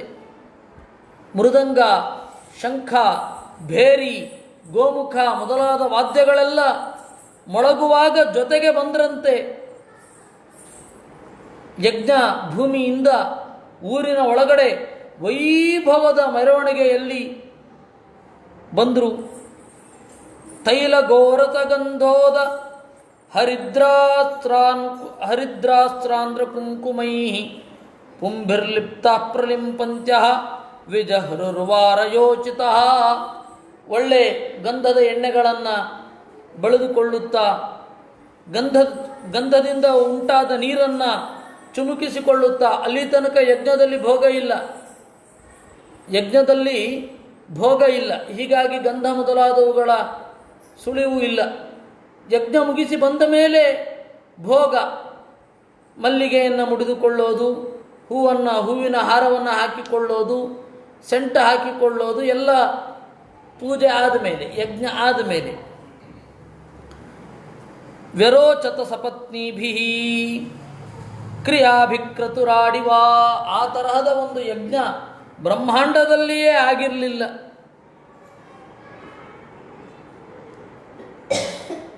ಪತ್ನಿ ಸಂಯಾಜಾವವೃಚ್ಛೈ ಚರಿತ್ವಾ ತೇತ ಮೃತ್ಯುಜಃ ಆಚಾಂತಂ ಸ್ನಾಪಯಾಂಚಕ್ರು ಗಂಗಾಯಾಂ ಸಹ ಕೃಷ್ಣಯ. ಪತ್ನಿ ಶಾಲೆಯವರೆಲ್ಲರೂ ಕೂಡ ಯಜಮಾನ ಶಾಲೆ ಅಂತ ಇರುತ್ತೆ, ಪ್ರಾಗ್ವಂಶ ಶಾಲೆ ಅಂತ ಕರೀತಾರೆ, ಅದರ ಪಕ್ಕದಲ್ಲಿ ಪತ್ನಿ ಶಾಲಾ ಅಂತ ಇರುತ್ತೆ. ಅವರು ಕೂಡ ದೀಕ್ಷಿತರಾಗಿ ಮನೆಯಲ್ಲಿ ಯಾಗ ನಡೀತಾ ಇರಬೇಕಾದ್ರೆ, ಯಜ್ಞ ನಡೀತಾ ಇರಬೇಕಾದ್ರೆ ಹೆಣ್ಮಕ್ಳು ನಮ್ಗೆ ಸಂಬಂಧ ಇಲ್ಲ ಅಂತ ಕೂತ್ಕೊಳ್ಳೋದಲ್ಲ, ಅದರಲ್ಲಿ ಭಾಗವಹಿಸಬೇಕು. ಅದಕ್ಕೆ ಊರ ಹೊರಗಡೆ ಪತ್ನಿ ಶಾಲಾ ಅಂತ ಇಟ್ಟಿರ್ತಿದ್ದು. ಆ ಪತ್ನಿ ಶಾಲೆಯಲ್ಲಿ ಹೆಣ್ಣುಮಕ್ಕಳೆಲ್ಲ ವ್ರತಬದ್ಧರಾಗಿ ಇರ್ತಿದ್ರಂತೆ. ಯಜಮಾನ ಶಾಲೆಯ ಪಕ್ಕ ಆಚೆ ಪತ್ನಿ ಶಾಲಾ ಅಂತ. ಅದರ ಜೊತೆಗೆ ಅಲ್ಲಿಗೆ ಹೋಗಿ ಅವಭೃತ ಕಾಲದಲ್ಲಿ ಸ್ನಾನವನ್ನು ಮಾಡಬೇಕು. ಹಾಗೆ ಸ್ನಾನವನ್ನು ಮಾಡಿದರು. ಸಸ್ನುಸ್ತತ್ರ ತತಸ್ಸರ್ವೇ ವರ್ಣಾಶ್ರಮಯುತಾ ಜನಾ ಮಹಾಪಾತಕ್ಯಪಿ ತಥಾ ಸದ್ಯೋ ಮುಚ್ಚೇತ ಕಿಲ್ಬಿಚಾತ್. ಆ ತರಹದ ರಾಜಸೂಯ ಯಾಗದ ಅವಭೃತದಲ್ಲಿ ಸ್ನಾನವನ್ನು ಮಾಡಿದವ ಅತ್ಯಂತ ದೊಡ್ಡ ಪಾತಕಿಯಾದರೂ ಕೂಡಲೇ ಶುದ್ಧನಾಗ್ತಾನೆ. ಅಥ ರಾಜ ಹತೆ ಕ್ಷೌಮೆ ಪರಿಧಾಯ ಸ್ವಲಂಕೃತಃ ಋತ್ವಿಕ್ ಸದಸ್ಯ ವಿಪ್ರಾದೀನ್ ಆನರ್ಚಾಭರಣಾಂಬರೈ. ಆಮೇಲೆ ರಾಜ ಶುದ್ಧವಾದ ರೇಷ್ಮೆಯ ಬಟ್ಟೆಯನ್ನು ಉಟ್ಕೊಂಡ ಅಂತೆ. ಯಜ್ಞಕಾಲದಲ್ಲಿ ಅದೆಲ್ಲ ಉಟ್ಕೊಳ್ಳಿಕ್ಕಿಲ್ಲ. ಆಮೇಲೆ ಮೈಗೆ ಕೆರೆದರೆ ಕೈ ಹಾಕಿ ಕೆರೆಯೋದಲ್ಲ, ಅದಕ್ಕೆ ಒಂದು ಎತ್ತಿನ ಕೊಂಬನ್ನು ಕೊಟ್ಟಿರ್ತಾರೆ, ಅದರಿಂದಲೇ ತುರಿಸ್ಕೋಬೇಕು. ಕೃಷ್ಣಾಜಿನವನ್ನೇ ಉಟ್ಕೊಂಡಿರಬೇಕು. ಬಂಧೂನ್ ಜ್ಞಾತೀನ್ ನೃಪಾನ್ ಮಿತ್ರಾನ್ ಹೃದೋನ್ಯಾಂಶ್ಚತರ್ವಚಃ ಅಭೀಕ್ಷ್ಣಂ ಪೂಜಯಾಮಾಸ ನಾರಾಯಣ ಪರೋ ನೃಪಃ. ಆಮೇಲೆ ರಾಜರನ್ನು ಬೀಳ್ಕೊಟ್ಟ, ಬಂಧುಗಳನ್ನು ಬೀಳ್ಕೊಟ್ಟ, ಮಿತ್ರರನ್ನು, ಅನೇಕ ಪ್ರಜೆಗಳಲ್ಲಿ ಪ್ರತಿನಿಧಿಗಳನ್ನು ಬೀಳ್ಕೊಟ್ಟ ಅಂತೆ. ಅಥರ್ತ್ವಿಜೋ ಮಹಾಶಸ್ತ್ರಾ ಸದಸ್ಯ ಬ್ರಹ್ಮವಾದಿನಃ ವಿಪ್ರಕ್ಷತ್ರಿಯ ವಿಕ್ಷೂದ್ರಾ ರಾಜಾನೋ ಯೇ ಸಮಾಗತಾ. ಅಲ್ಲಿ ಬಂದವರೆಲ್ಲರೂ ಕೂಡ ಆ ಸಭೆಯನ್ನು ನೋಡುವ ಕುತೂಹಲ. ಕೆಲವರು ಸಭೆ ನೋಡಲಿಕ್ಕೆ ಉಳ್ಕೊಂಡ್ರು, ಇನ್ನು ಕೆಲವರು ಸಭೆಯನ್ನು ನೋಡೋದು ಬೇಡ ಅಂತ ಹಾಗೆ ಹೊರಟೋದ್ರು. ಊರ ಹೊರಗಡೆ ಇತ್ತು. ಯಾರು ಇವರೊಬ್ಬರೇ ಹೋಗಿ ಮತ್ತೆ ಊರ ಒಳಗಡೆ ಸಭೆಯನ್ನು ನೋಡಿಕೊಂಡು ಹೋಗೋದು. ಕೆಲವರೆಲ್ಲ ಹಾಗೆ ಜಾಗ ಖಾಲಿ ಮಾಡಿದ್ರು. ಹರಿದಾಸಸ್ಯ ರಾಜರಚೇ ರಾಜಸೂಯ ಮಹೋದಯಂ ನೈವಾ ತೃಪ್ಯನ್ ಪ್ರಶಂಸಂತಹ ಪಿಬನ್ ಮೃತ್ಯೋ ಯಥಾಮೃತಂ. ಅನೇಕ ಜನ ಸಜ್ಜನರು ರಾಜಸೂಯ ಯಾಗದ ಮಹತ್ವವನ್ನು ಹೇಳ್ತಾ ಹೇಳ್ತಾ ಹೇಳ್ತಾ ಅವರಿಗೆ ತೃಪ್ತಿಯೇ ಆಗಲಿಲ್ಲ. ಯಾಕೆಂದರೆ ಹರಿದಾಸ ಪರಮಾತ್ಮನ ದಾಸನಾಗಿರುವ ಈ ಯುಧಿಷ್ಠಿರನ ಸ್ತೋತ್ರ ಮಾಡಿದರೆ ಅದು ಪರಮಾತ್ಮನ ಸ್ತೋತ್ರ ಮಾಡಿದಂತೆ. ಎಷ್ಟು ಹೇಳಿಯೂ ಕೂಡ ತೃಪ್ತಿ ಆಗಲಿಲ್ಲ. ಅಮೃತವನ್ನು ಆಸ್ವಾದನ ಮಾಡಿಗೆ ಹೇಗೆ ತಣಿಯೋದಿಲ್ವೋ ಮನಸ್ಸು, ಹಾಗಾಯಿತು. ಎಲ್ಲರೂ ಹೊರಟರು. ಯುಧಿಷ್ಠಿರ ಇನ್ನೊಂದು ಸ್ವಲ್ಪ ದಿವಸ ನಮ್ಮ ಜೊತೆಗಿರಿ ಅಂತ ಹೇಳಿ ಕೃಷ್ಣ ಮೊದಲಾದವರನ್ನು ತಡೆದ. ಪ್ರೇಮ್ಣ ನಿವಾರಯಾಮಾಸ ಕೃಷ್ಣಂಚತ್ಯಾಗಕಾತರಃ ಭಗವಾನಪಿ ತತ್ರಾಂಗ ನ್ಯವಾತ್ಸೀತ್ ತತ್ಪ್ರಿಯಂಕರಃ. ಕೃಷ್ಣನು ಕೂಡ ಅಲ್ಲಿ ತಿಂಗಳಾನುಗಟ್ಟಲೆ ಇದ್ಬಿಟ್ಟ. ರಾಜಸೂಯ ಯಾಗಕ್ಕೂ ಯಾಗದ ಮುಗಿಯುವಿಕೆ ಮುಕ್ತಾಯ ಅದಕ್ಕೂ ಜೂಜಿಗೆ ಕರೀಲಿಕ್ಕೂ ಸುಮಾರು 1.5 ತಿಂಗಳ ಗ್ಯಾಪ್ ಇದೆ. ಸೀದಾ ಧಡಕನ್ನು ಕರೆದು ಬಿಡಲಿಲ್ಲ. 1.5 ತಿಂಗಳು ದುರ್ಯೋಧನನ ಲಾಜಿಕ್ಕು ಎಷ್ಟು ಬಲಿಷ್ಠವಾಗಿದೆ ಅದನ್ನು ಸಭಾಪರ್ವ ಕೇಳಿದವರು ಕೇಳಿದ್ದಾರೆ. ಆಯಿತು ಅಂತ ಒಪ್ಪಿಬಿಡ್ತಾನೆ. ನಾವಿದ್ರೂ ಅದೇ ಕಥೆಯೇ, ಆಯಿತು ಅಂತ ಒಪ್ಪಿಬಿಡ್ತಾ ಇದ್ವಿ. ಅಷ್ಟು ಕನ್ವಿನ್ಸಿಂಗ್ ಲಾಜಿಕ್ ಅವನು. ಅಷ್ಟಾಗಿ ಅವನು ಹಲವಾರು ದಿವಸ ತೆಗೆದುಕೊಂಡ. ಅಷ್ಟು ಹೊತ್ತಿಗೆ ಕೃಷ್ಣ ಬೇರೆ ಕಡೆ ಹೋದ ಅಂತ ಹೇಳ್ತಾರೆ. ಅವು ಹೋದ ಮೇಲೆ ಇವರು ಬಂದರು. ಏಕದಾಂತಃಪುರೇ ತಸ್ಯ ವೀಕ್ಷ ದುರ್ಯೋಧನಶ್ರಿಯಂ ಅತಪ್ಯದ್ರಾಜಸೂಯಸ್ಯ ಮಹಿತ್ವಂ ಚಾಚ್ಯುತಾತ್ಮನಃ. ಕೃಷ್ಣ ಏನು ಮಾಡಿದ, ಸಾಂಬ ಪ್ರದ್ಯುಮ್ನ ನೀವೆಲ್ಲ ಹೋಗಿ ಏನೋ ಕಾದಿದೆ ನಮ್ಮ ರಾಜ್ಯಕ್ಕೆ ಅಂತ ಹೇಳಿ ಕಳಿಸ್ಬಿಟ್ಟ. ಕೃಷ್ಣ ಒಬ್ಬನೇ ಇದ್ದಾನೆ, ಅವನ ಹೆಂಡತಿಯರಿದ್ದಾರೆ, ಹೀಗೆ ಮುಖ್ಯವಾದವರಿದ್ದಾರೆ. ಯಾದವರಲ್ಲಿ ತೀರಾ ಚಿಕ್ಕವರೇನಿದ್ದಾರೆ ಅವ್ರನ್ನೆಲ್ಲ ಕಳಿಸ್ಬಿಟ್ಟಿದ್ದಾನೆ. ಯಸ್ಮಿನ್ ನರೇಂದ್ರ ದಿತಿಜೇಂದ್ರ ಸುರೇಂದ್ರ ಲಕ್ಷ್ಮ್ಯೋ ನಾನಾ ವಿಭಾಂತಿ ಕಿಲ ವಿಶ್ವಸೃಜೋಪಕ್ಲುಪ್ತಾ ತಾಭಿಪ್ಪತಿಂ ದೃಪದರಾಜ ಸುತೋಪತಸ್ಥೆ ಯಸ್ಯಾಂ ವಿಷಕ್ತ ಹೃದಯ ಕುರು ರಾಜಯೇಶಃ. ಕೃಷ್ಣನ ಪತ್ನಿಯರು ಎಲ್ಲ ದ್ರೌಪದಿಯ ಸುತ್ತಮುತ್ತಲೂ ಕುಳಿತಿದ್ದಾರೆ. ದ್ರೌಪದಿ ಅವರ ನಡುವೆ ಕಂಗೊಳಿಸ್ತಾ ಇದ್ದಾಳೆ. ಆಮೇಲೆ ಅದರ ಆಚೆ ಈಚೆ ಪಾಂಡವರ ಇತರ ಪತ್ನಿಯರು ಸುಭದ್ರೆ ಮೊದಲಾದವರೆಲ್ಲ ಕುಳಿತಿದ್ದಾರೆ. ಕೃಷ್ಣನ ಪತ್ನಿಯರು ಪಕ್ಕದಲ್ಲಿ ಕುಳಿತಿದ್ದಾರೆ. ಯಸ್ಮಿನ್ಸ್ತದಾ ಮಧುರಿಪೋರ್ಮಹಿಚೀತಹಸ್ತ್ರಂ ಶ್ರೋಣೀಭರೇಣ ತನಕೈಕ್ವಣದಂಗ್ರಿಚೋಭಂ ವಕ್ಷಸ್ತು ಚಾರುಕುಚ ಕುಂಕುಮಚೋಣಹಾರಂ ಶ್ರೀಮನ್ಮುಖಂಚ ತಲಕುಂಡಲಕುಂತಲಾಢ್ಯಂ. ಆ ಕೃಷ್ಣನ ಪತ್ನಿಯರ ಗೆಜ್ಜೆಗಳಿಂದ ಕೂಡಿದ ಕಾಲು, ಅವರ ಮೈಗೆ ಪೂಸಿಕೊಂಡ ಗಂಧದಿಂದ ಲಿಪ್ತವಾದ ಆಭರಣಗಳು, ಕಿವಿಯೋಲೆಯಿಂದ ಕಂಗೊಳಿಸುವ ಅವರ ಮೋರೆಗಳು, ಅದರಿಂದ ಸಭೆಯ ಶೋಭೆ ಇಮ್ಮಡಿಯಾಗಿತ್ತು. ಸಭಾಯಾಮಯ ಕ್ಲಿಪ್ತಾಯಾಂ ಕ್ವಾಪಿ ಧರ್ಮಸುತೋ ವಿರಾಟ್ ವೃತೋನುಜೈರ್ಬಂಧುಭಿಶ್ಚ ಕೃಷ್ಣೇನಾಪಿ ಸ್ವಚಕ್ಷುಷಾ. ಆಸೀನ ಕಾಂಚನೆ ಸಾಕ್ಷಾದಾಸೀನಃ ಮಘವಾನಿವಾ. ಶ್ರೀಕೃಷ್ಣನು ಕೂಡ ಎತ್ತರವಾದ ಆಸನದಲ್ಲಿ ಕುಳಿತಿದ್ದಾನೆ. ಬೇರೆ ಬೇರೆ ದೇಶಗಳಿಂದ ಬ್ರಾಹ್ಮಣರೆಲ್ಲ ಬಂದಿದ್ದಾರೆ. ದೋಧೂಯಮಾನೋ ಧವಳೈ ವಾಲವ್ಯಜನ ಸಂಕುಲೈ ರರಾಜರಾಜ ಶಾರ್ದೂಲೋ ದಿವಿ ದೇವಪತಿರ್ಯಥಾ. ದೇವತೆಗಳ ನಡುವೆ ಇಂದ್ರ ಕುಳಿತ ಹಾಗೆ ಯುಧಿಷ್ಠಿರ ಕುಳಿತಿದ್ದಾನೆ. ಉಪೇಂದ್ರ ಕುಳಿತ ಹಾಗೆ ಶ್ರೀಕೃಷ್ಣ ಕುಳಿತಿದ್ದಾನೆ. ಹೀಗೆ 83ನೇ ಅಧ್ಯಾಯ ಮುಗಿದಿದೆ. ತತ್ರ ದುರ್ಯೋಧನೋ ಮಾನೀ ಪರೀತೋ ಭ್ರಾತೃಭಿಪ್ರಿಯೈ ಕಿರೀಟಮಾಲಿನ್ಯ ವಿಶತ್ ಅಸಿ ಹಸ್ತಕ್ಷಿಪನ್ ರುಚಾ.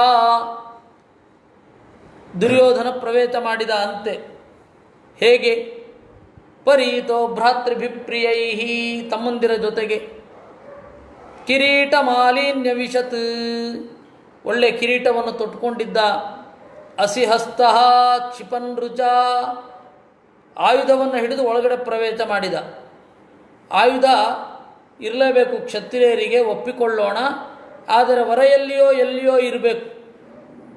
ತೆಗೆದುಕೊಂಡು ಬರ್ತಾ ಇದ್ದೇನು ಇದ್ದಕ್ಕೆ ಈಗೇನು ಸಿದ್ಧನ? ಆಯುಧ ಅನ್ನೋದು ಕ್ಷತ್ರಿಯರಿಗೆ ಶೋಭೆ, ಹಾಗಂತ ಹೇಳಿ ಹಿರಿದಾಡ್ಕೊಂಡು ಎಲ್ಲ ಕಡೆ ಓಡಾಡ್ತಾ ಇರೋದೇನು? ಕ್ಷಿಪನ್ ರುಚ, ಅವನ ಮೋರೆಯಲ್ಲಿ ತೀವ್ರವಾದ ತಿರಸ್ಕಾರ ಎಲ್ಲ ಇತ್ತು.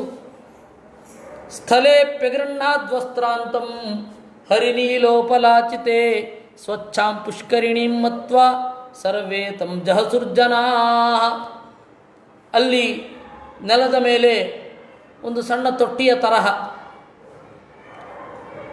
ಅಲ್ಲಿ ಇಂದ್ರನೀಲ ಮಣಿಗಳನ್ನು ಹುದುಗಿಸಿದ್ರು ನೆಲದಲ್ಲಿ ಮತ್ತು ಆ ಪುಟ್ಟ ಕಾಂಪೌಂಡಿನಲ್ಲಿ. ಅದರದ್ದು ಕಾಂತಿ ನೆಲದ ಮೇಲೆ ಬೀಳ್ತಾ ಹೋಗ್ತಾ ಇದೆ.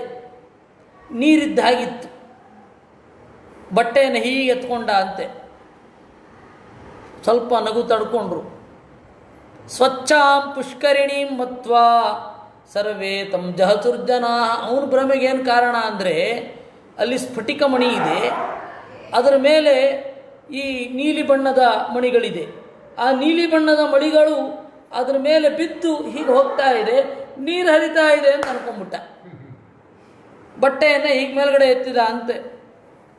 ಆಗಚ್ಚನ್ನೇವ ಮುರ್ವೀಚಃ ಪುರಪುಷ್ಕರಿಣೀಂ ಕ್ವಚಿತ್ ವಿಲೋಕ್ಯ ಸ್ಫಾಟಿಕಾಂ ಭೂಮಿಂ ಮನ್ವಾನೋನ್ಯಪತಜ್ಜಲೇ. ಇನ್ನೊಂದು ಕಡೆ ಟ್ರಾನ್ಸ್ಪೇರೆಂಟ್ ವಾಟರ್ ಅಲ್ಲಿ ಇದೆ ಅಂತಲೇ ಗೊತ್ತಾಗ್ತಾ ಇಲ್ಲ, ಯಾಕೆಂದರೆ ಅಲ್ಲೆಲ್ಲ ಸ್ಫಟಿಕ ಮಣಿಗಳನ್ನು ಜೋಡಿಸಿದ್ರು. ಏನು ನೀರಿಲ್ಲ ಅಂತ ಅಂದುಕೊಂಡು ನೀರಿದೆ ಅಲ್ಲಿ, ನಡಿಲಿಕ್ಕೆ ಹೋದ, ದಬಕನ್ ಬಿದ್ದೋದ. ಜಹಾತ ಭೀಮಸ್ತಂ ದೃಷ್ಟ್ವಾ ಸ್ತ್ರೀಯೋ ಭೂಪಾಶ್ಚ ಕೇಚನ ನಿವಾರ್ಯಮಾಣ ಅಪ್ಯಂಗ ರಾಜ್ಞಾ ಕೃಷ್ಣಾನುಮೋದಿತಾ. ಜೋರಾಗಿ ನಕ್ಕ ಅಂತೆ ಭೀಮಸೇನ.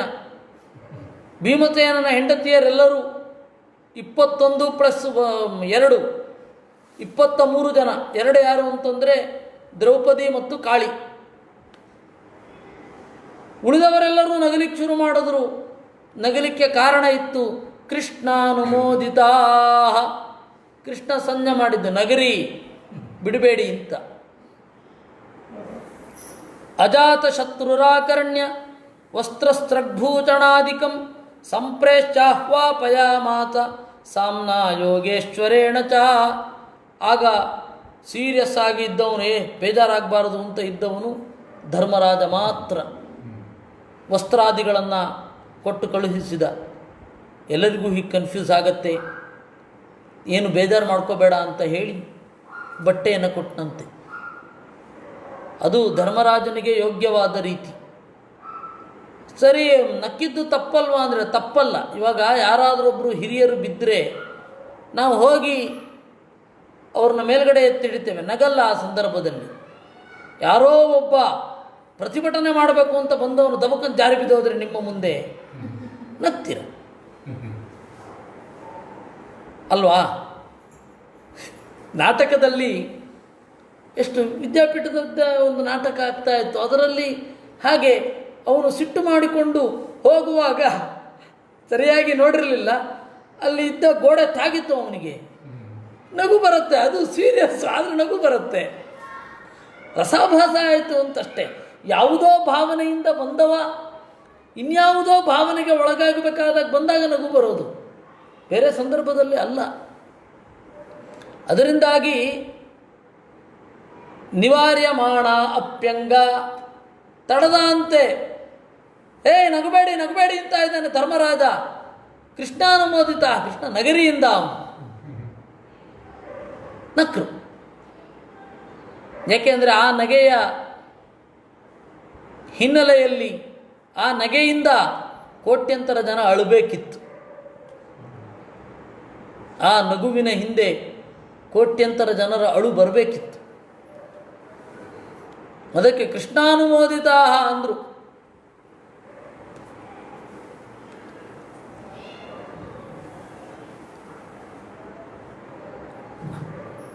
ಅವನಿಗೆ ಬಹಳ ಸಿಟ್ಟು ಬಂತು, ಕೃಷ್ಣ ಇದ್ದಾನೆ ಅಂತ. ಆಮೇಲೆ ಇಲ್ಲಿ ಏನು ಕತೆ ಇದೆ ಅಂದರೆ, ಕುರುಡನ ಮಗ ಕುರುಡನೆ ಅಂತ ಅಂದ್ಲು ಅಂತ ದ್ರೌಪದಿ. ಹಾಗೇನು ಅನ್ನಲಿಲ್ಲ, ಅದೆಲ್ಲ ಜೇಬಿಂದ ತೆಗೆದದ್ದು, ಅಸಂಗತ. ಅದು ಆ ಥರ ಎಲ್ಲ ಏನಿಲ್ಲ. ಮಹಾಭಾರತವನ್ನು ಹೇಳಬೇಕಾಗ್ತಾ ಇದ್ದರೆ ಈಗ ಏನು ತಪ್ಪು ತಿಳ್ಕೊಂಡಿದ್ದಾರೆ ಅದನ್ನು ನಿವಾರಣೆ ಮಾಡೋದೇ ದೊಡ್ಡ ಕೆಲಸ ಆಗೋಗುತ್ತೆ. ಅಷ್ಟು ಕಲುಷಿತ ಆಗಿ ಹೋಗಿದೆ.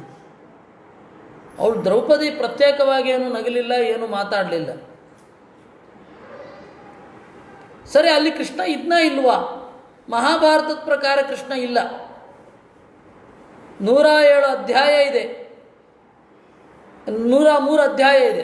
ಸಭಾಪರ್ವದಲ್ಲಿ 103 ಅಧ್ಯಾಯ, ಅತ್ಯಂತ ಚಿಕ್ಕ ಅಧ್ಯಾಯ. ಅದು ಚಿಕ್ಕ ಪರ್ವ, 103 ಅಧ್ಯಾಯ.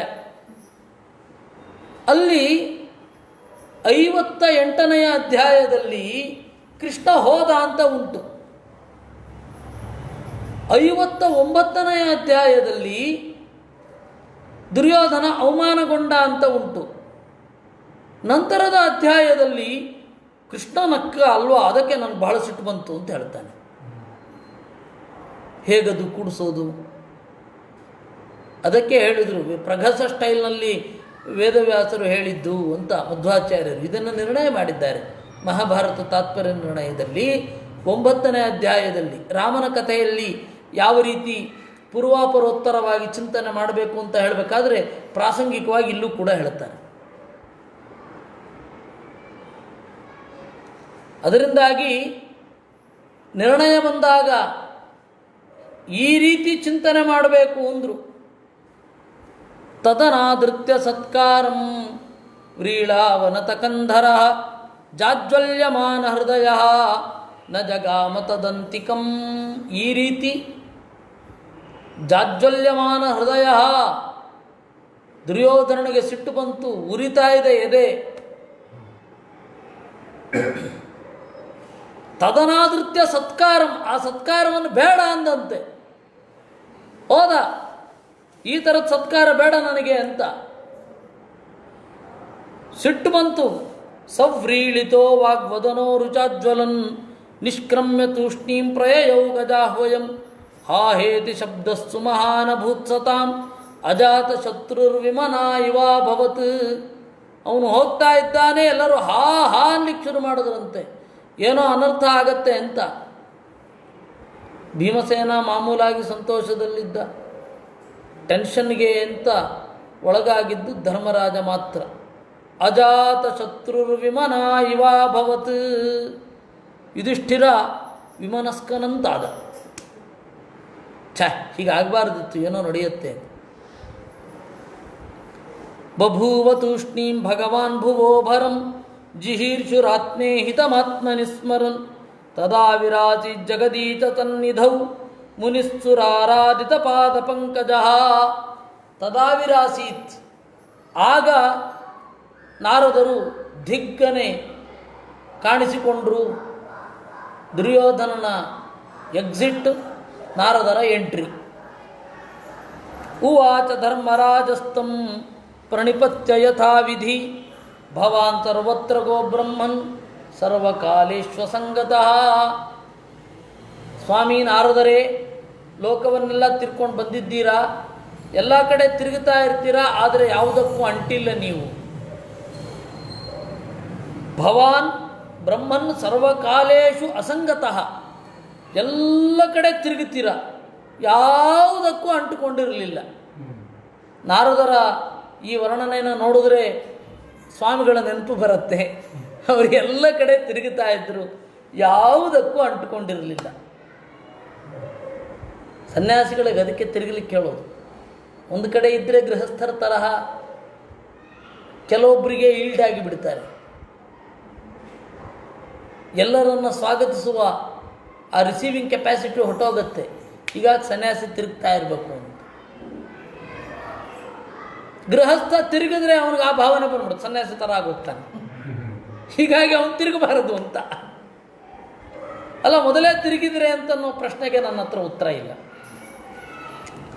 ನೃಪಾಣಾಂ ಶೌರ್ಯಯುಕ್ತಾನಾಂ ಸರ್ವಮಂಡಲವಾಸಿನಾಂ ಇದಾನೀಂ ಕಥಮಶೂರೋ ನಿತ್ಯೋದ್ಯೋಗೇನ ವರ್ತತೆ. ಅದಕ್ಕೆ ಅವನು ಕೇಳಿದ, ಎಲ್ಲ ಕಡೆ ತಿರುಗಾಡ್ತಾ ಇರ್ತೀರಾ, ಯಾವುದಕ್ಕೂ ಅಂಟಿಲ್ಲ, ಆದರೆ ನಾವು 1 ವರ್ಷ ಆಯಿತು ರಾಜಸೂಯ ಯಾಗದಲ್ಲಿ ರತರಾಗಿ ಈಗ ತಾನೇ ಬಂದಿದ್ದೇವೆ, ಪೇಪರ್ ಓದಿಲ್ಲ. ಹೀಗಾಗಿ ಈಗ ರಾಜರಲ್ಲಿ ಯಾರು ನಿತ್ಯೋದ್ಯೋಗಿಯಾಗಿದ್ದಾನೆ ಹೇಳಿ? ಯಾವ ರಾಜರ ಮೇಲೆ ದಾಳಿ ಮಾಡಬೇಕು ಅಂತ ಸಂಚು ಮಾಡ್ತಾ ಇದ್ದಾನೆ ಅನ್ನೋದೇನಾದರೂ ಗೊತ್ತಿದ್ದರೆ ಹೇಳಿ. ಯಾಕೆಂದರೆ ರಾಜಸೂಯ ಯಾಗ ಅಂತ ಬಂದಾಗ ಆಲ್ಮೋಸ್ಟ್ ಆಲ್ ಸುಮಾರು ಜನ ರಾಜರು, ಈ ಭೂಮಿಯಲ್ಲಿರುವ 90% ಜನ ರಾಜರು ಸೋತಿದ್ದಾರೆ, ಪ್ರತ್ಯಕ್ಷವಾಗಿ ಅಪ್ರತ್ಯಕ್ಷವಾಗಿ. ಎಷ್ಟೋ ಜನರಿಗೆ ಇಷ್ಟ ಇದ್ದು ಇಷ್ಟ ಇಲ್ಲದೆ ಸೋತಿದ್ದಾರೆ. ನಮಗೆ ಇಲ್ಲಿ ಇರೋ ಪ್ರಶ್ನೆ ಏನು ಅಂದರೆ, ಈಗಲೂ ಯಾವುದೋ ಒಬ್ಬ ರಾಜ ಇನ್ನೊಬ್ಬ ರಾಜನ ಮೇಲೆ, ಎಲ್ಲ ರಾಜಕೀಯ ಚಟುವಟಿಕೆಗೆ ಅವತ್ತಿನ ಕಾಲದ ಸೀಲ್ ಡೌನ್ ಅದು,